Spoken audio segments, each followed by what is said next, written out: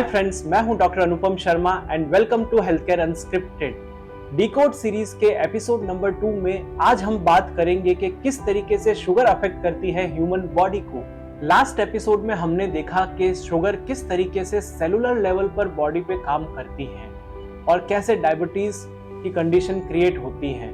Sugar एक तरह का केमिकल है और जैसा आप स्क्रीन पे देख पा रहे हैं कि ये केमिकल जो है वो कार्बन, हाइड्रोजन और ऑक्सीजन की बॉन्डिंग से बना होता है।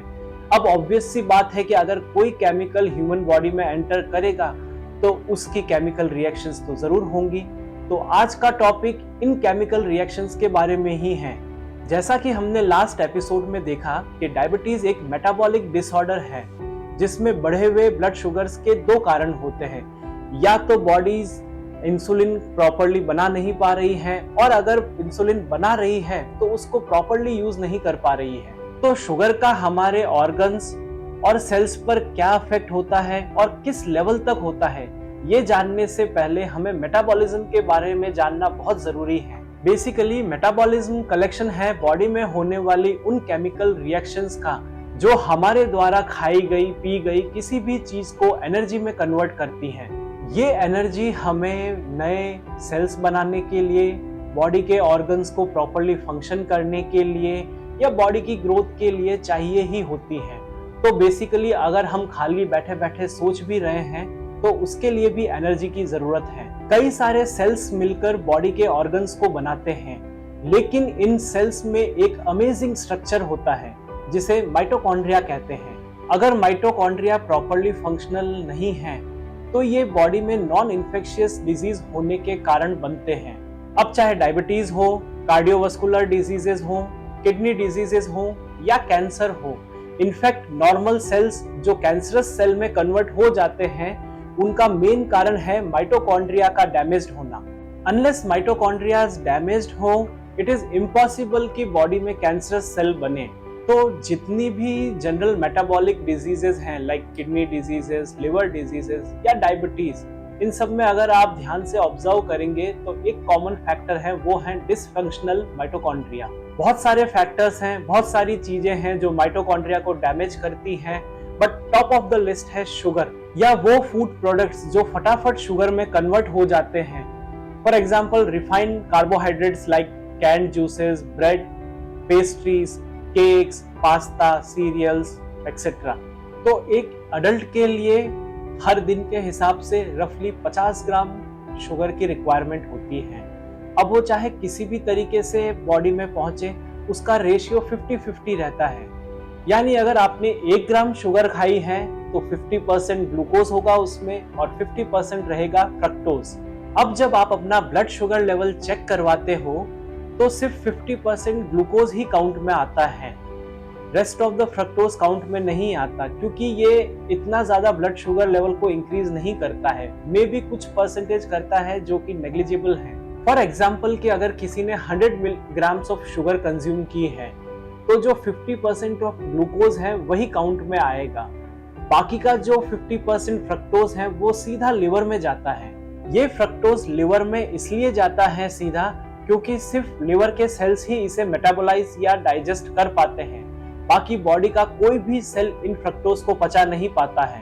अब जब लार्ज क्वांटिटी में शुगर कंज्यूम की जाती है एवरीडे बेसिस पर तो एक अच्छा खासा अमाउंट ऑफ फ्रक्टोज भी लिवर में पहुंच जाता है और लिवर सेल्स में जो माइटोकॉन्ड्रियाज प्रेजेंट हैं उन पे ये बहुत बर्डन या स्ट्रेस डालता है और ये फ्रक्टोज धीरे धीरे उन माइटोकॉन्ड्रियाज को डैमेज करना चालू कर देते हैं।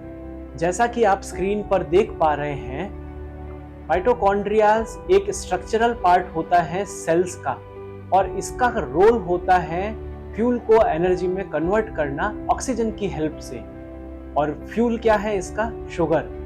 तो ऐसा नहीं है कि शुगर माइटोकॉन्ड्रियाज के लिए जरूरी नहीं है। इनफैक्ट ये माइटोकॉन्ड्रिया ऑक्सीजन की हेल्प से शुगर को एनर्जी में कन्वर्ट कर रहे हैं बॉडी के लिए। तो माइटोकॉन्ड्रियाज हमारी बॉडी के पावर हाउसेस हो गए। तो ऐसे में अगर किसी भी कारण से ये डैमेज्ड माइटोकॉन्ड्रिया ऑक्सीजन को यूज नहीं कर पा रहे हैं तो बॉडी में ऑक्सीडेटिव फ्री रेडिकल्स डेवलप होना शुरू हो जाते हैं। ये फ्री रेडिकल्स बहुत हार्मफुल हैं बॉडी के लिए। ये बॉडी के डीएनए, प्रोटीन्स, लिपिड और सेल स्ट्रक्चर्स को डैमेज करते हैं जिसमें अगेन माइटोकॉन्ड्रियाज भी आते हैं। इंटरेस्टिंगली जब हम शुगर कंज्यूम करते हैं तो बॉडी का जो ऑटोफेजी प्रोसेस है वो स्लो डाउन होने लगता है।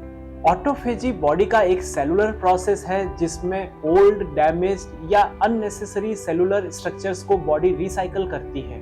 तो ऑटोफेजी एक सुपर पावर है बॉडी की, जिससे वो डैमेज्ड और डिसफंक्शनल माइटोकॉन्ड्रिया को रिप्लेस कर देती है। बट शुगर इस प्रोसेस पे ब्रेक लगा देता है, जिससे डैमेज्ड माइटोकॉन्ड्रियाज रिसाइकल नहीं हो पाते हैं। अब अगर कोई सेल रिसाइकल नहीं हो पा रहा है तो स्लोली उसके साइड इफेक्ट्स भी बॉडी में बिल्डअप होना चालू हो जाते हैं। अब ये डैमेज सेल और इनके बाई प्रोडक्ट स्लोली हमारे ब्लड में इन्फ्यूज होने लगते हैं। आप सबने HbA1c टेस्ट के बारे में या फिर A1c टेस्ट के बारे में या फिर 3 महीने की शुगर जांच, इस टेस्ट के बारे में जरूर सुना होगा। HbA1c से हम ब्लड में कितना डैमेज्ड प्रोटीन है ये मेजर करते हैं। HB शॉर्ट फॉर्म है हीमोग्लोबिन का। तो high blood sugar levels proteins को डैमेज करते हैं, जिसे ग्लाइकेशन कहते हैं। ये ग्लाइकेटेड या शुगर से डैमेज्ड प्रोटीन्स बॉडी में इजीली क्लीन अप नहीं होते हैं, जिसके कारण सारी प्रॉब्लम जनरेट होती है। एक तरफ तो ये डैमेज्ड प्रोटीन्स हो गए, दूसरी तरफ वो डैमेज्ड माइटोकॉन्ड्रिया जो ऑक्सीजन को यूज नहीं कर पा रहे हैं, उस कारण से एक हाइपोक्सिक स्टेट बन जाती है। हाइपोक्सिक का मतलब होता है कि सेल्स और टिश्यू को जितनी रिक्वायरमेंट है उतनी ऑक्सीजन नहीं मिल पा रही है अपने प्रॉपर फंक्शनिंग के लिए।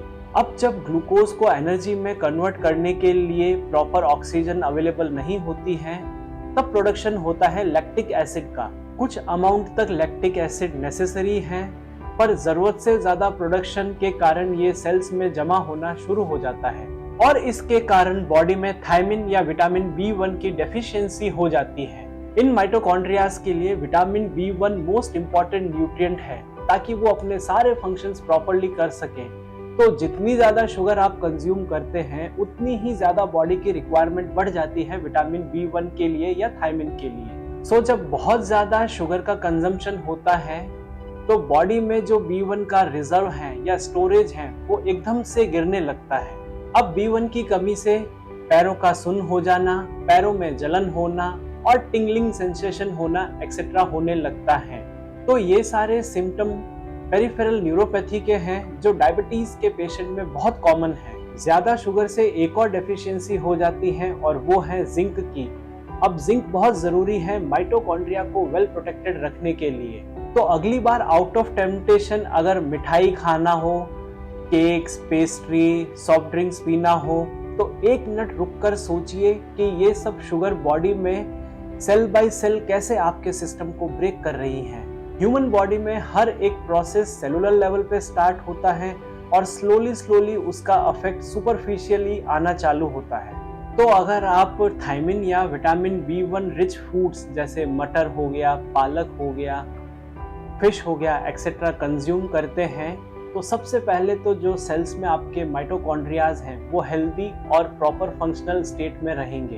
ह्यूमन बॉडीज सेल से बनी है और हर सेल में माइटोकॉन्ड्रिया होता है, तो ऑब्वियसली अब शुगर का इफेक्ट हर सेल पे आएगा और हर एक माइटोकॉन्ड्रिया पे आएगा। तो कोई भी सेल इससे बच नहीं सकता। इसलिए डायबिटीज इतनी बड़ी प्रॉब्लम है, क्योंकि ये सेलुलर लेवल तक अफेक्ट करती है। तो इसलिए डायबिटीज का टाइमली मैनेजमेंट बहुत जरूरी है। पर बिना सही नॉलेज के न तो आप इससे लड़ पाओगे, ना आप इस बीमारी से बच पाओगे, ना इसे रिवर्स कर पाओगे। डायबिटीज को बिल्कुल बेसिक लेवल पर समझकर उस पे काम करने की जरूरत है। अदरवाइज आपने देखा कि कैसे इतने सारे लोग डिसग्लाइसीमिया के शिकार हैं और कितने ही सारे लोग प्री डायबिटिक कंडीशन में हैं, लेकिन उन्हें पता भी नहीं है। तो डिकोड सीरीज के पहले एपिसोड और आज के इस एपिसोड, इन 2 एपिसोड्स में मैंने ट्राई किया है कि डायबिटीज को जितना इजी हो सके और सरल तरीके से आपको समझाऊं। तो मेरे हॉस्पिटल में हम बहुत सारे डायबिटिक पेशेंट का इलाज करते हैं, जो अलग अलग एज ग्रुप में हैं। कुछ यंग हैं, कुछ मिडिल एज हैं और कुछ सीनियर सिटीजन्स हैं। तो तकरीबन हर पेशेंट्स के कुछ डाउट होते हैं। तो जब मैं इस सीरीज के बारे में रिसर्च कर रहा था तो मैंने सोचा क्यों ना इन क्वेश्चंस को मैं नोट डाउन करूं और उनके आंसर्स आपके साथ शेयर करूं, क्योंकि मोर और लेस हर पेशेंट्स के यही सवाल होते हैं। बहुत कॉमन क्वेश्चन है कि क्या मुझे किसी से डायबिटीज हो सकती है? तो उसका जवाब है नहीं। डायबिटीज कोई कोल्ड या फ्लू या जुकाम नहीं है जो एक से दूसरे में फैले। हाँ, अगर आपके पेरेंट्स और ग्रैंड पेरेंट्स में से किसी को डायबिटीज है तो चांसेस है कि ये आपको हो सके, अदरवाइज तो यह आपकी अनहेल्दी लाइफस्टाइल का ही नतीजा है। दूसरा क्वेश्चन है कि क्या डायबिटीज की वजह से थायराइड प्रॉब्लम होने का रिस्क रहता है? शायद, क्योंकि टाइप 1 डायबिटीज के पेशेंट में low level of thyroid hormones बहुत कॉमन है। इसके अलावा कोई ऐसा कॉन्क्रीट एविडेंस नहीं है। नेक्स्ट क्वेश्चन है कि क्या डायबिटीज एक नई बीमारी है? तो नहीं, डायबिटीज करीबन 2000 साल पहले एक ग्रीक फिजिशियन थे, अरेटस ऑफ कैपेडोसिया, उन्होंने इसका नाम रखा था। नेक्स्ट क्वेश्चन है कि क्या प्रेगनेंसी के दौरान अगर डायबिटीज हो जाए तो वो हमेशा बनी रहेगी? जी हाँ, अगर प्रेगनेंसी के दौरान आपके ब्लड शुगर लेवल हाई है, इसका मतलब आपकी पैनक्रियाज वो एक्स्ट्रा इंसुलिन नहीं बना पा रही है जिसकी आपको जरूरत है। इसीलिए प्रेगनेंसी के दौरान लेडीज वेट तो गेन कर लेती हैं, बट पोस्ट प्रेगनेंसी उस वेट को घटा पाना बहुत मुश्किल होता है। नेक्स्ट क्वेश्चन है कि क्या डायबिटीज एक खतरनाक बीमारी है और हमें इससे डरना चाहिए? जी हाँ, इस बीमारी से आपको बहुत डरना चाहिए क्योंकि ये one of the main cause है किडनी फेलियर का, और इसके साथ ही कई सारे सिम्टम्स हैं जो सिर्फ डायबिटीज में होते हैं। अब कैटरेक्ट या मोतियाबिंद भी डायबिटीज के कारण होता है। तो इन सब सिम्टम्स के बारे में हम आगे बात करेंगे जैसे जैसे इस सीरीज को आगे बढ़ाएंगे। तो ये कुछ क्वेश्चंस हैं जिनके आंसर्स आज मैंने आपको दिए। इसी तरीके से जैसे जैसे हम आगे बढ़ते जाएंगे, मेरी कोशिश रहेगी कि हर एक एपिसोड में कुछ क्वेश्चंस के हम जवाब दे सकें। अब डायबिटीज होने से पहले बॉडी एक काफी लंबे टाइम तक के लिए एक कंडीशन से गुजरती है जिसे हम बोलते हैं प्री डायबिटिक कंडीशन। ये क्या है, इसके क्या सिम्टम्स हैं और इसको कैसे प्रिवेंट किया जा सकता है, ये सब हम जानेंगे अगले एपिसोड में। तो अगर आपको ये एपिसोड अच्छा लगा है तो please subscribe this channel and share with your loved ones. Thank you very much.